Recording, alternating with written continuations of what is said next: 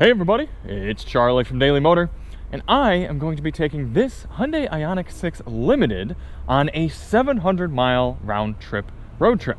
So we're going to test out how quickly does it really charge here in the real world, and how quickly can you drive and essentially get to your location over 350 miles away, a distance we cannot reach without charging a little bit. And also just answer the question, how is the Ioniq 6 to spend time with for a long time? Because this is actually second place right now in the Daily Motor leaderboard for my favorite cars of 2024, but that was the SE rear-wheel drive long-range version, so it was actually the most efficient car we'd ever tested here at Daily Motor. This is the same general concept. It's even in the same digital green color, but it's an all-wheel drive long-range model, so the larger wheels and all-wheel drive setup make it a little bit less efficient. But it's still got an EPA combined estimated range of 270 miles, meaning at highway speeds we should be looking at about 230, 240 of usable range. I am picking the vehicle up here from one of the fleet locations. Those of you who watch our channels regularly, some of you wonder, how do we get all these cool cars we get to choose from? Well, this is where they sleep. You can see some Polestars around, some Volvos, some Bentleys, Maseratis. It looks like the new 2024 Miata. I'm gonna have to get into that. Definitely. Another CX-50. That's the CX-50 Meridian we just had. I probably should have tried to get. Oh wait, no, this is an MX-30, isn't it? Oh, they're not even selling these anymore, I don't think. I should just see if I can find this. That would be excellent. G90. So this is one of the smaller locations. They have more, but this is where the cars come from. They're inside there, and then they come out and they get all cleaned up and charged and ready for us to do things like take on road trips. So if you're gonna go on a long trip with an electric vehicle, some of them will give you obviously baked in navigation abilities, and you can throw a destination into their nav and then it'll tell you where to charge. But being an owner of a Chevy Bolt, and then before that a Model Y from Tesla, the standard range one, I heavily relied on a better route planner. You see ABRP right there. And this will actually factor in things like weather and elevation and traffic and tell you where the best places are to stop. So I've already got my route put in here, but I'm heading to the Bernardus Lodge and Spa up in Carmel Valley. So it's about 6 hours away. And we're actually heading up to go drive the Ioniq 5N on track at Laguna Seca. So yeah, I am having a full Ioniq week here. Ioniq 6 and then Ioniq 5N. So we're gonna get up there, and I put in a little waypoint because I want to take a little bit of a detour to hit some better roads. And then I've got my final destination, and I've plugged in that I want to get to my final destination with 20% state of charge. I don't want to be rolling in there on fumes. I want to have a little bit of wiggle room. Even though there's a charger at the hotel, I still want to make sure I've got some wiggle room there. And I have my vehicle put in here. This is an Ioniq 6 long-range all-wheel drive, and I'm going to be leaving at 100%. And if you owned a vehicle like a Tesla, you can actually have it learn your vehicle and kind of adapt to your driving styles. But this isn't a sponsored video. I'm just showing you all. It's a very useful application here. And I want to have the quickest arrival, so I'm going to hit plan. And then it's going to tell me where and for how long I need to charge. At the same time, I'm going to throw in the destination here on our nav and see what happens. Okay, now Better Route Planner is telling us it's going to take 6 hours and 12 minutes total, 342 miles, with 5 hours and 48 minutes of that being driving and a 19-minute charge. So it looks like I've got 2 hours and 40 minutes, 173 miles away to an Electrify America station in Lost Hills, California. Charge for 19 minutes, getting up to 85% state of charge, and then head out from there. And that looks about right. It also shows me I could take an extra 24 minutes and go a more scenic route, and I think I'll do that on the way back. Now, on the car, we're getting the battery capacity may be insufficient to reach your destination. Would you like to stop at EV charging stations? Yes, I would. Now let's see what the car is giving us. Okay, now the car is actually, I think, giving us about the same route, at least to start with, and it doesn't have my waypoint in there. Can I, add a stop. All right. Add stop. This is actually working pretty well. Let's do 40051. A Better Route Planner is telling us 6 hours and 12 minutes. Hyundai is telling us 7 hours and 5 minutes, but it probably doesn't assume I'm going to drive as quickly as I am. So I think that's just about the same charging station. Reju Country Market? Yep, Countryside Market. Okay, so these are lining up pretty well. I'm just going to... I really want to use Android Auto, so I'm going to hit Drive on a Better Route Planner. Will this give me navigation in Google Maps? Let's see. No, okay, so this is giving me route guidance through a better route planner, and it's going to actually track my state of charge and everything. All right, well, let's head out. The car is telling us we got 275 miles of estimated range. Regen braking not available, battery fully charged, good to know, because I do usually rely on regen. I am not running any sort of climate control right now though, because it is a nice, what is it outside? Something cool. 60 degrees Fahrenheit right now. I'm really looking forward to getting to do this trip in the limited Ioniq 6, because this car costs about $55,000, a hefty 12 grand more than the rear-wheel drive SE that we drove earlier this year, but that one had cloth seats and a not very good sound system. This one has the Bose sound system, which I've reviewed briefly, but I'm looking forward to spending more meaningful time with it, and I am going to record a members-only sound test as well, so check the link below if you really want to sink into the sound system with me there. And it's got this nice light-colored interior. I'm thinking it's going to be a pleasant place to spend time. So just a little bit in, and we've got pretty much full regen, so it only took a second to kind of give us a little bit of breathing room with the battery there. And another great thing about doing this trip in a Hyundai is I've got the excellent active lane keeping. So once traffic dies down and we're on some open highway, I should essentially be able to let the car not fully drive itself, but do a pretty good job at driving itself. And we might actually utilize that a bit here in this upcoming LA traffic too, because we do need to go right through Los Angeles to get where we're going. And it's 8:47 in the morning. So I'm predicting a decent bit of traffic. Can't get the seat very low in these Hyundai electric vehicles. There's a lot of battery underneath us, and because of that, the seat's got to go up a little bit. We've got two-way lumbar adjustment. Okay. Decently quiet. I'm getting some road noise from the right side there, but not terrible. We are on a concrete section of highway. All right, we're going to come into some traffic here, so I'm just going to pay attention. We're going to get on through the best we can. I'll catch up with you probably up near our charging stop. Remember, a better route planner thinks we're going to get there. I think it was around 35% state of charge. But the key to road tripping quickly in an electric vehicle is drive fast to your next charging stop, because we're going to be able to charge a lot quicker than we're going to deplete the car as we're driving. So if I can get up to maybe 80 miles per hour or so and set the cruise once we get on the highway north of town here, and even if I show up with a lower state of charge than it predicted, I will charge up faster and be back on the road quicker if I do it that way. So key to driving and road tripping quickly in an electric vehicle, go as fast as you're comfortable going, where you'll still get to the charger. Status update. We didn't go right through the heart of downtown LA. We actually got routed up and around from where we were heading, get around some of the traffic. But this is, like I said, one of the nice things about road tripping in a Hyundai vehicle is it's active lane keeping. I'm stuck in stop and go traffic here. We're alternating between about 40 and 0 miles per hour. And I get a little hand action on the steering wheel, but essentially the car is taking care of it for me. And you can see here, slowing down a little bit, it's taking care of it, speeding up. Definitely a nice way to navigate traffic situations. It makes you feel less stressed when you can let the car do most of the work. And then once I do need to remind the car that I'm still here and paying attention, a little message will pop up on the screen. Oh, you can see that Prius merging right in front of me, and it doesn't slam on the brakes, it just kind of slowly gives him a little bit of a buffer. And then, okay, here we go, we're going to be slowing down, covering everything. Look at that, slowing right down for me. Pretty intelligent system, especially for a car that doesn't really brag about it. That's always impressed me with Hyundais.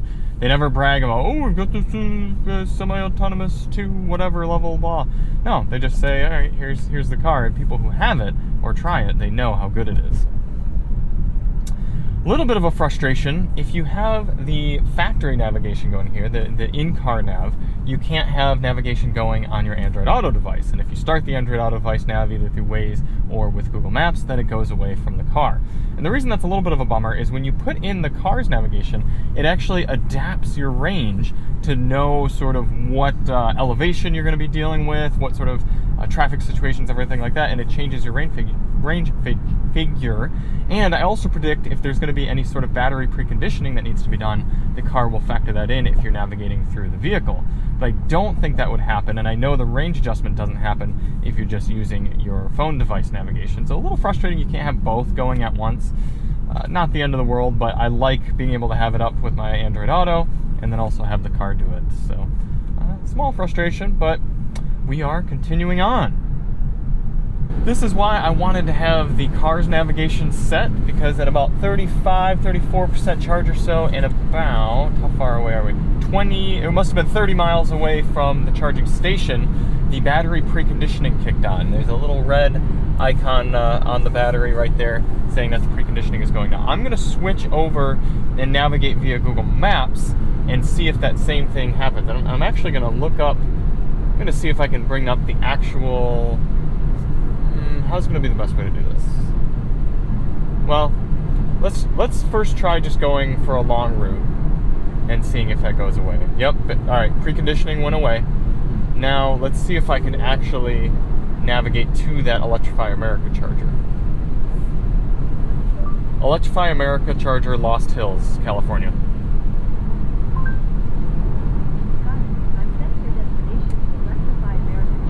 Yeah, so even there, the car is not preconditioning anymore. So that's why you want to use the built-in navigation, even though it's not as optimal as using Google Maps. And I don't love that combo there. Let's resume route. It's calculating. Right now my range is 81. Let's see if that changes. 80. All right, 1 mile difference. And then our preconditioning hasn't kicked back in, so we'll actually see.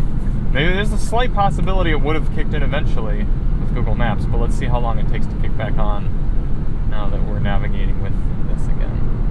Another thing that's interesting about the car's built-in navigation is it's telling me to charge all the way up to 100% once we reach the EV charger. So it says 42 minutes of charging, oh come on, to get all the way up. And we don't necessarily need to do that because we've only got 150 miles after that, so we'll be plenty fine. We don't need to be at 100%. But I do suppose if this were somebody like my mother using this electric vehicle and navigating with it, maybe it would be better safe than sorry just to have her charged all the way up.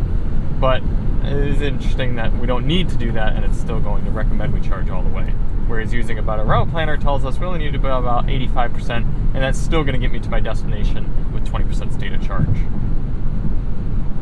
Preconditioning still hasn't kicked back on though, so I'll report back and see when it actually comes on. Oh, right there, battery conditioning activated for optimal DC charging. So it took a few minutes of being on the nav, but now we've got the red light back on it, a little red preconditioning symbol, and I'll let you know if that turns back off, but we got about 24 miles until we're charging. Now, I don't get range anxiety when driving electric vehicles, but I do get charger anxiety when I'm driving a non-Tesla vehicle, especially because this Ioniq 6 is capable of taking advantage of, I should say, the extra charging power of the 350 kilowatt hour chargers provided by Electrify America. However, they're not usually all 350 kilowatt hour capable. So, first of all, we have to find them. I believe they should be somewhere over there. Oh, these are all for trucks, aren't they? Well, okay. Oh, I do see them, but they're in... Okay, I gotta get around to there. Again, built-in navigation not being super helpful here. But when we get there, there's a... First of all, we gotta hope that one is even open. And then second of all... Can I just get through here? I'm gonna go through here. Second of all, we have to hope that there's a 350 kilowatt hour available. And if it's only 150, it's not the end of the world. We're only going to miss out on a little bit of peak charging ability. But let's see here. Ooh, 350 is open. All right, cool. I'm going to back right in here. And we're actually going to try starting the charger using a Visa prepaid gift card. So this is going to be something new for myself, definitely. Will it work with a Visa prepaid gift card? And if not, we're going to use a good old credit card. Shut the car off. We're at 18% state of charge right now. Grab the key, grab my wallet. I also have to pee right after this. Also, gas is up to $5.70 a gallon. I believe we take it out first. Plug it in. Oh, forgot we have a power there. Pull out that. I always feel like I'm in a rush to do this. I really don't need to be, but it's just my nature, I guess. How do I get to this side? Oh, is that over here? No? Charger 2, charger 1, charger 2, charger 3. Do I need to go over to that charger? Is that going to be the best way to do this? Since this charger is already running, maybe I do need to be at that one over there. Okay. So even though there's 2 plugs, are we not capable of taking both at the same time? Alright. So I guess this charger, even though it's got 2 ports, can't charge both at the same time. We're going to stop. Can we, let's see if we can reach, he's not using this one for some reason. Are we going to be able to reach this one all the way over? Yes, we are. Alright, we're going to go right there. I'm going to give the benefit of the doubt to the iX here and just assume that someone else was in that middle spot using this charger when they got here. Let's try this again. Oh, I think the Visa gift card worked. Payment authorized. Cool. Waiting here for quite some time. Are we gonna get started? Been almost a minute here. I'm going to swipe one more time. Please unplug.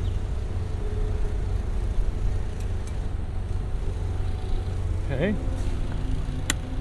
This is still why I recommend people just buy Teslas if they want an electric vehicle. Solely because of this. Alright. Alright, we have unplugged. I would like to start a new session now. Plug in first. Exit. Okay.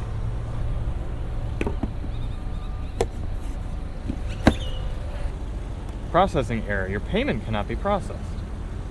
Why? It's a perfectly good credit card. Alright, let's try again. Please unplug. Just try a new charging station. Jesus. Again. This is why this is so difficult. I think it's not working. It really? Yeah. You tried using it earlier? Yes. Alright. So a kind gentleman who's charging his iX here just let me know that this charger isn't working. So that's exactly what I was talking about. Literally here in the moment, I just want to charge up and pee and continue on my way. And I can't, even though there's a perfectly appearing to work Electrify America station here.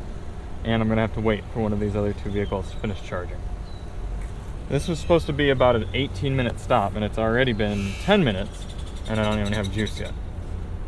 Trying to start it via the app as well, and I'm getting the please unplug warning.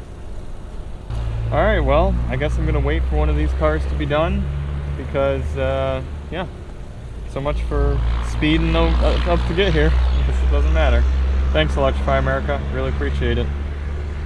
20 minutes after arriving to the chargers, and this guy's just about to hit 100% charge here at 99. What are we at for power right now? 46 kilowatts. So once his hits 100, I'm going to take the liberty of unplugging. He's been here for 53 minutes. I know he's inside at the Wendy's there. And we're gonna plug in and get started. This thing is slowed down to a crawl, 17 kilowatts, still at 99%. I know he's in there. I wish oh, we're good. I think he's coming out. I think he's good to go. We are now up to 82% charge. Of course, once we got a station, we got plugged in here, thing fired right up. The car itself is a great road trip charger because right away it got itself up to, before I went inside, use the bathroom and get some food, I saw up to 230 kilowatts of charging speed. So got right up, going real fast, and it's only been charging for about 20 minutes and we're up to 83%. I'm gonna get it up to 86 and then hit the road. We were at about 150 kilowatts right up until about 80% as well. So we're starting to get that strong taper now, but that is to be expected. So again, I mean, I've been here for 45 minutes now, and this should have been a 20-minute stop, but infrastructure. And not only that, but poor knowledge and also selfishness from other drivers, both on either side of me, charged up to 100%. And it's like, okay, I mean, I guess if you're going really far and you don't want to stop at all, you know, as little as possible, I can see how getting up to 100% would seem like the best move to you, but it's almost always better when you're road tripping, especially in a big place like California. Just charge up to 90, 95%, and then hit another charger on the way if you need to. But most cars outside of something like a Tesla don't tell you that. They just kind of say, all right, well, I'll charge up to 100. Even this car told us to just go up to 100%. So I can't fully blame them, but just if you own an electric vehicle, that's something you should know. But we're just about to hit 86% here. I'm going to unplug and continue on our way. This is what I love about having an electric vehicle for a trip like this, is nice and chill on the highway. You know, you sipping your electrons and everything, and then you find yourself on a back road like this. It's a quick press over into sport mode and open it up. It rips you back, and you get to just have so much fun, and it's a peaceful, pure fun. Also, this car does have the option to make some fake EV go noises that change with your throttle pressure, but they're pretty corny. I don't care for them. So we're just going to enjoy ripping this road a little bit. And I don't think I've used the brake pedal once so far. We've been driving road like this for about 5 minutes now. Just decided to put the cap on. In fact, let's get stability control limited here. All been one pedal driving. I can accelerate hard into a corner like this and then take my foot off the accelerator, and it slows down dramatically, make the corner. And this Ioniq 6 actually rotates really well. I think it's something to do with the way it applies throttle in the rear axle, but it twists right around. It's very satisfying. Sport mode hefties up the steering a little bit, which I could do without, but I get it. I get why they did it. That is the problem with spirited driving when you're road tripping, is you've got a bunch of things in the car that start rearranging themselves on every corner. And the limited model really is pretty darn quiet in here, so aside from a little bit of motor noise on full accel and full decel, and then the fake noise that comes through when we're below 25 miles per hour, and then the stuff shaking around, you really don't hear too much in here. Wind noise is very minimal.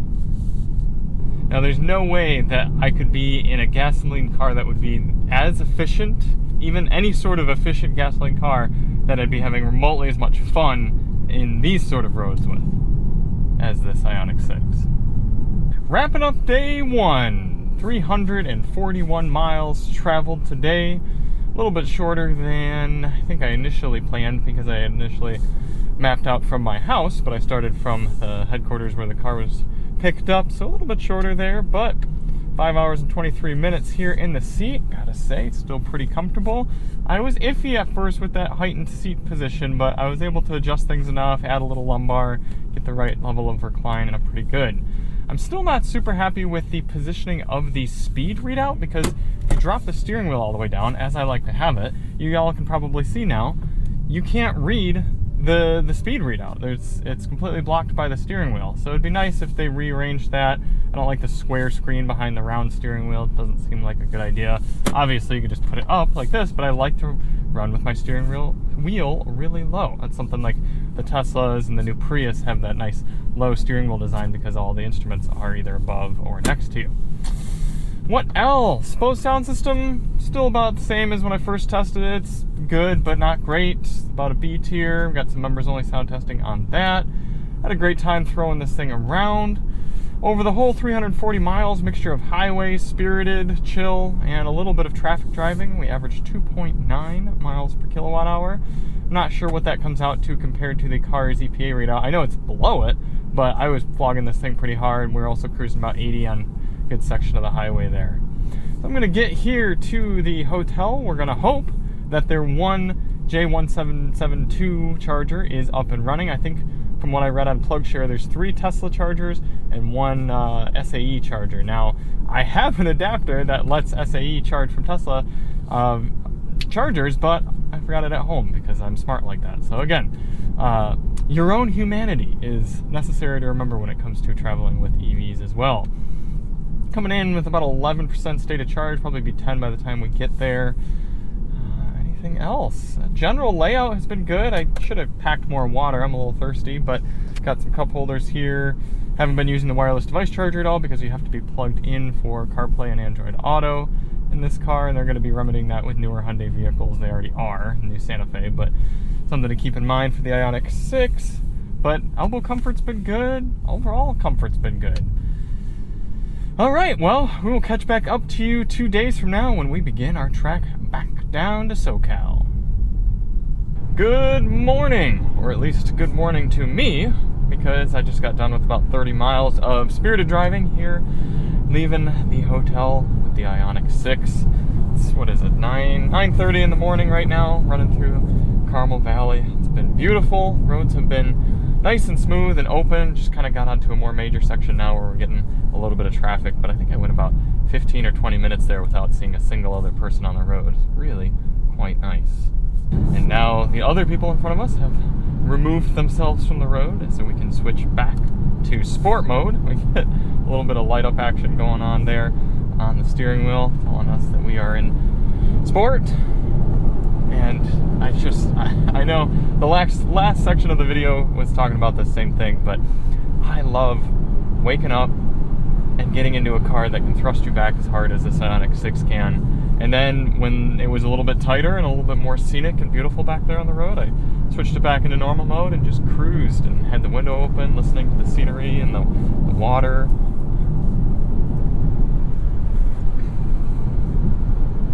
And this really has been a full package vehicle so far on this trip. Got the sunroof open, getting a little extra sunlight here into the cabin. Car was charged all the way up at the level 2 chargers at the hotel, so of course leaving this morning with 100%. Haven't been exactly easy on the car since we left, so I'm not surprised that our average consumption's been on the high side, but taking advantage of these roads and making up a little time as well. And then, like I said, you want to get to your fast charger essentially as quickly as you're comfortable getting there, and then take advantage of that rapid charging speed, especially with these higher charge rate vehicles, these 800 volt Hyundai cars. I mean, yeah, get them to the charger, a nice low number, and let them charge up quickly, and then continue on your way. Especially, you all will notice doing these morning road trips, especially as you get older, you really can't go very long without stopping and using the bathroom anyway. So might as well try to drain this thing, get some miles under our belt, and then stop, use the restroom, let it charge up a little bit, and then continue on our way. We're going to be taking the 101 all the way down into LA County today. We took the 5 on the way up, but we change it up a little bit, see some different scenery, go along the coast for a little while. That'll be nice. Look at this. This is just gorgeous. I'm so happy we went this way.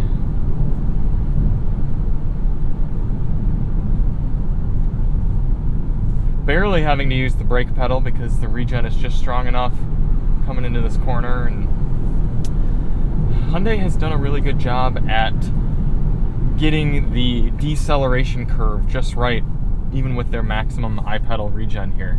So if I'm on the accelerator here, I'm coming into this corner, I let off, it gradually introduces regen and deceleration. Nice curve so that I don't feel it yanking me down. Some vehicles, newer electric vehicles, still haven't gotten that decrescendo done right. This is a cool bridge here. We crossed this on the way coming up this way on Monday. Let's see, come around this corner. Nice and easy because it's a single lane bridge. Nobody coming? Let's go.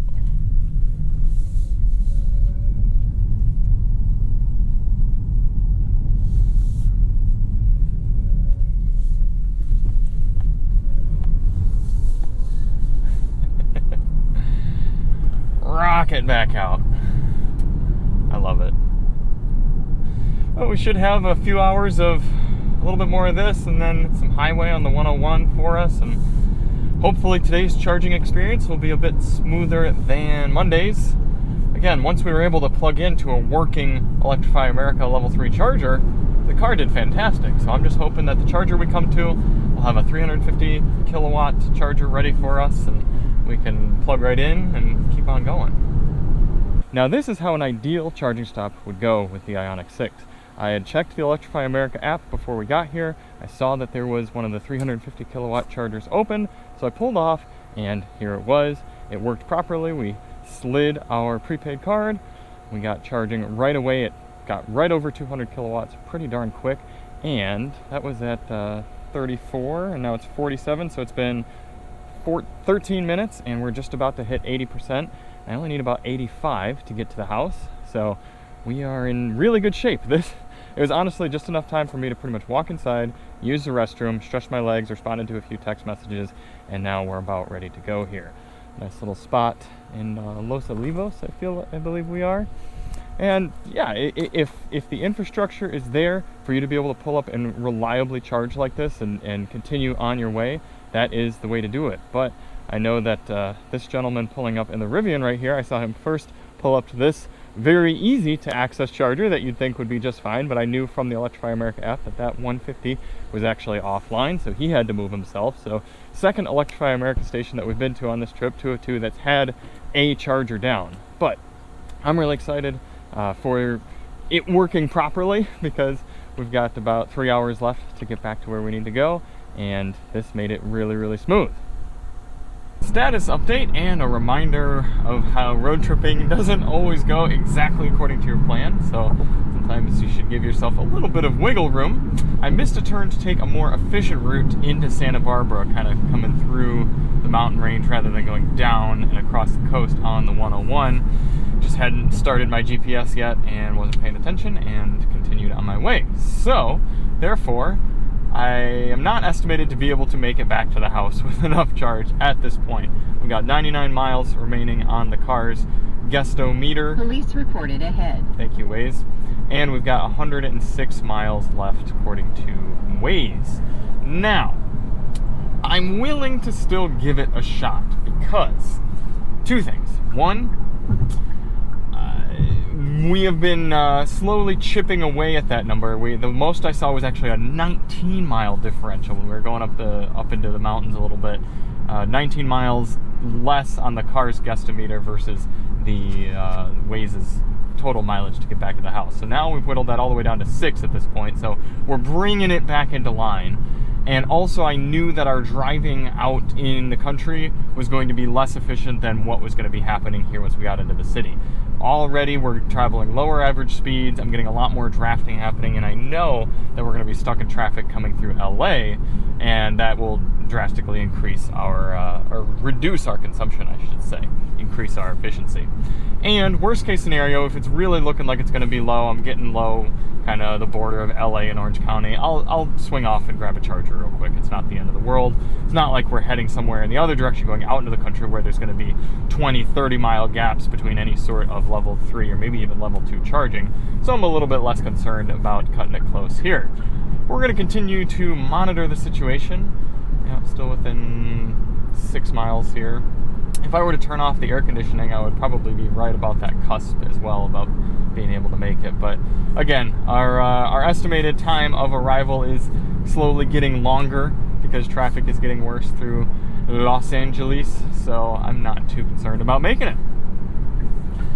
Regarding the rest of the car, I'm still not a huge fan of the seating position. I like I said yesterday, or 2 days ago, I was able to get decently comfortable, but it's still not ideal for me. And no, other than that, pretty happy. As expected, range turned out to be a non-issue. We got up to 3.5 miles per kilowatt hour since the last charge, coming through the traffic in LA and just generally going slower. So now I've got plenty of range to get home, but I've actually decided to hit the gym on my way home and actually use one of the chargers there, charge this thing up, and then get on back to the house after what turned out to be 12 hours of seat time here in the Ioniq 6 between 2 different days of travel. So about 6 hours each day. And this isn't even like a, oh, you got the opportunity to drive this car, I'm going to say good things. I genuinely enjoy this car. And as it stands right now, the Ioniq 6 SE rear-wheel drive is second to the top. It's second place in our Daily Motor car ranking for 2024, the Daily Motor leaderboard. And for good reason. I mean, it's a nice place to be. It's a nice car to drive in a lot of different sorts of situations. It's efficient. It isn't going to cost you much to drive daily. It can go a long ways. Another good example of that is we've been driving for 3.5 hours now, so even if I were in a gasoline car, I would be about ready to take a stop. And I know if I were driving with Alyssa, she would absolutely be wanting to take a stop. Traffic slowing down up here for minimal reasons. There's nothing about this car that is particularly fantastic. The sound system is just above average. It's decent. The driving dynamics are good. The comfort is fine. The technology is passable. I mean, everything scores above the average, above the mean, but nothing is fantastic and outstanding other than the general efficiency. It's got that slippery shape, it's got nice efficient motors, and the fact that you can charge it up so darn quickly. I mean, that last charging stop, got in, swiped my card, plugged it, went to the bathroom, came back out, sent a few texts, chatted with someone there who had just purchased that Rivian, and then I was on my way. And it really does make owning an electric vehicle, even if you're going to put on, what have we done, 700 miles over the course of a few days, that much easier. Now, granted, I did stop and charge it fully overnight at that hotel, but most of my trips don't constitute traveling more than 350 miles in a day. It's very rare. It'd be, again, something like going on a particular press-related event, or maybe moving across country, that would require driving more than that in one day. We owned a standard range Model Y when it first came out, only about 180 usable miles of range in that. And we road tripped that. We took it on a 1,000-mile road trip. We put 20,000 miles on it in a year. It was no problem. And the Tesla supercharger network certainly helps with that. But being able to charge up this i6 quickly at least helps make up for some of Electrify America's shortcomings.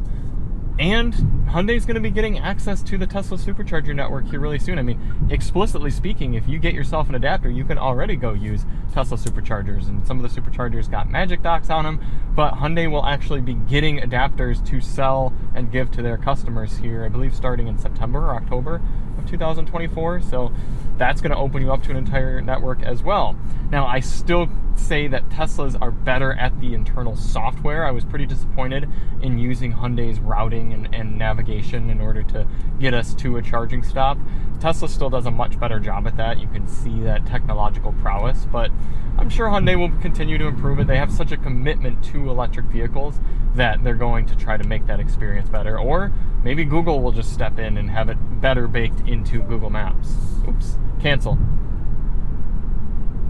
Okay, stopping navigation. No!